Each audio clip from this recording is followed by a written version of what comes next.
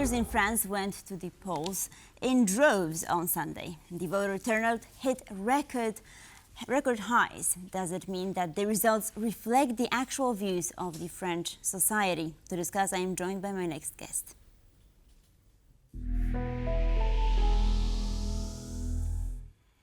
Denys Kolesnyk, political analyst. Good evening, sir. Delighted to have you with us. Good evening.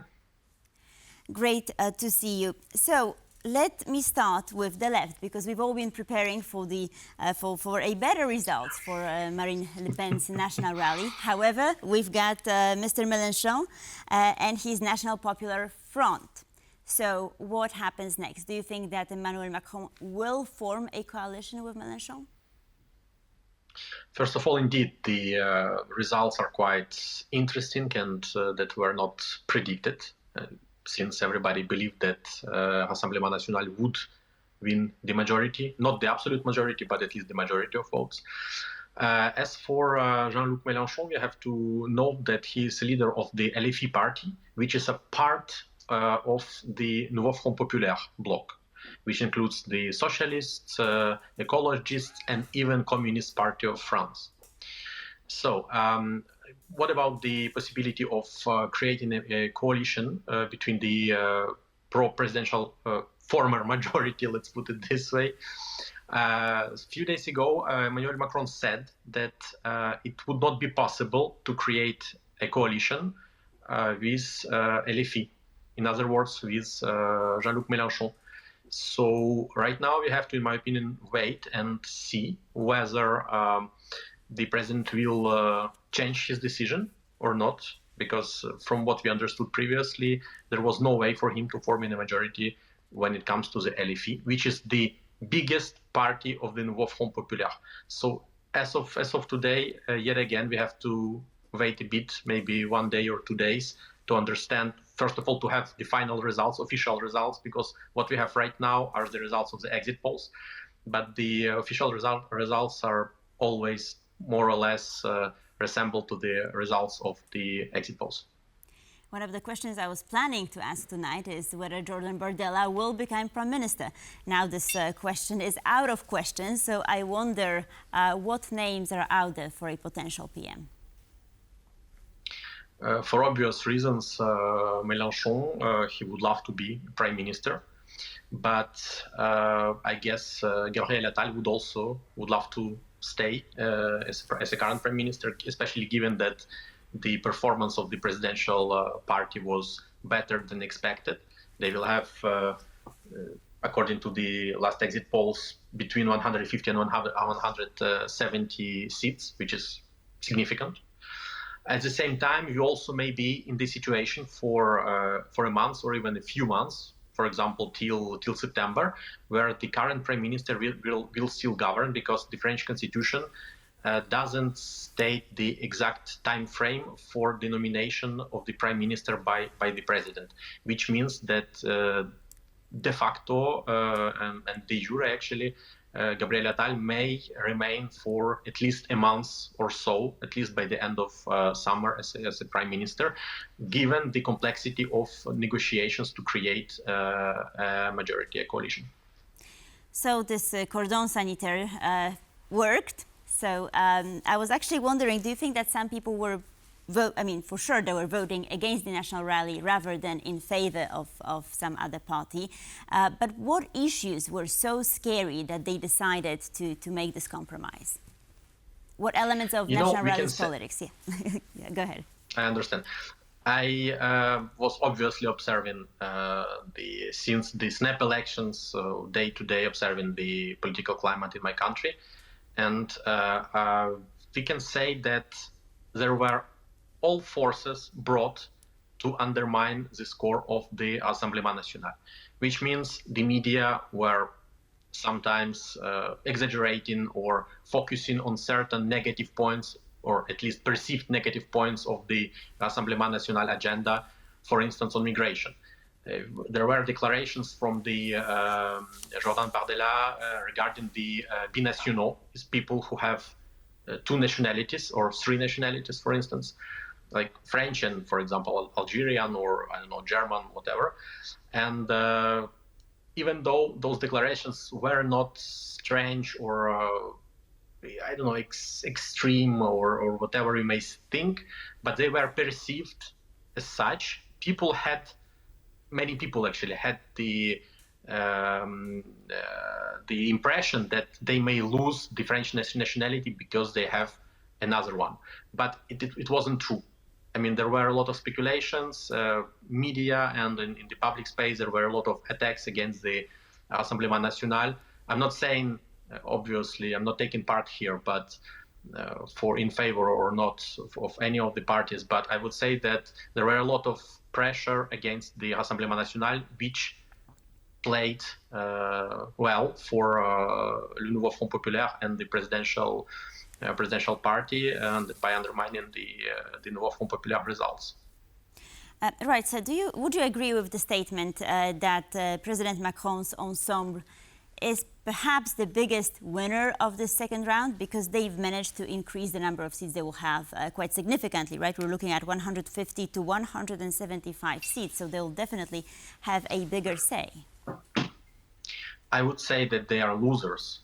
It's actually the one loser of all these three blocks is the presidential party, because in 2022 they had 245 seats, and this time they will have between 150 and 170, which means they have lost roughly 80-90 seats. And we see that they were actually redistributed. Around 40 seats went to the Nouveau Front Populaire and around 40 seats went to Rassemblement National, which is basically bad for French democracy, because we observe that we have no longer the normal right and normal left.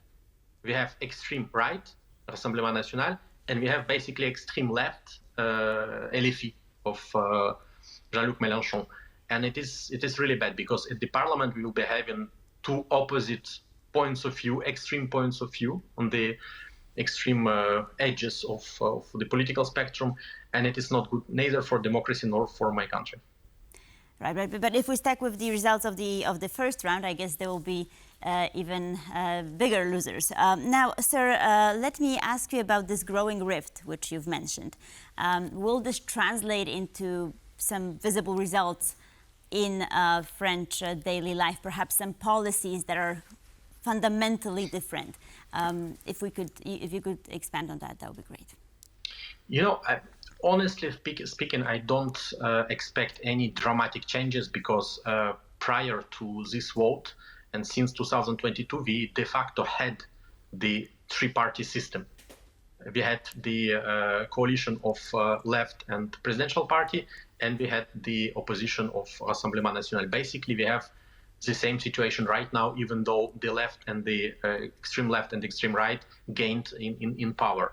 At the same time, we all remember, for example, the government of Elisabeth Borne, who was governing by the so-called 49.3, 49.3, it's the article of the French Constitution that allows the government to overrule the vote of the National Assembly.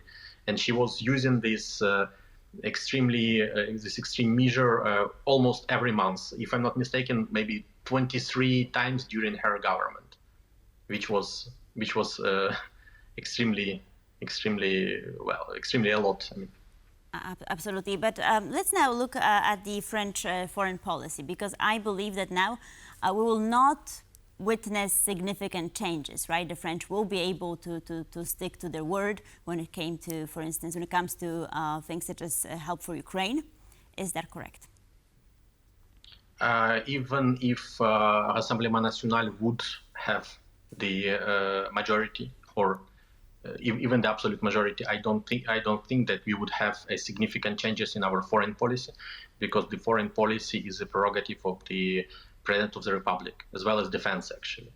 So I doubt that we will have. But experts were using the argument changes. that the Prime Minister holds the money, so they could, sort of try and. Yes, and exactly. But at the same time, we have voted the LPM, Loi de Programmation Militaire, the law that defines the defense spending from 2024 till 2030. So I don't think that we would have some differences. I mean, obviously, all possibilities are here, but at the same time, I don't think that even if Rassemblement National would win, would be able to form the government, for example, with the Republicans, I don't think that they would dare to do some extreme things to undermine the word of the French Republic that was given and the prestige of the French Republic.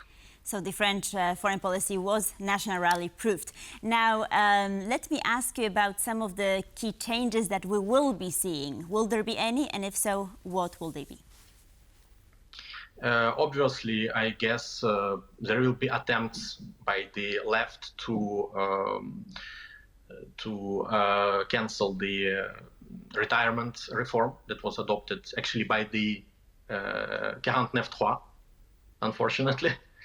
But I don't think that they would succeed on it. There will be obviously they will try to push the agenda because they are the biggest party of the Nouveau Front Populaire, and they will try to push the agenda on the increase of the minimum wages that, according to different economists, may be harmful for the French business and the French economy. But that's another issue. And yet again, I don't think that we will be having a strong government at this point. And this government will be also forced or will have to rule through the 49.3, which in my opinion is very bad for the democracy per se, but it is the article of our constitution and we have it.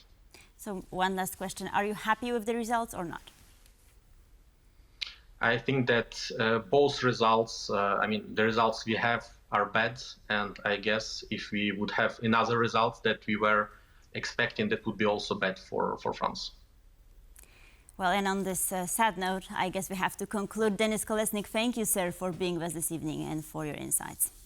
Much appreciated. Thank you.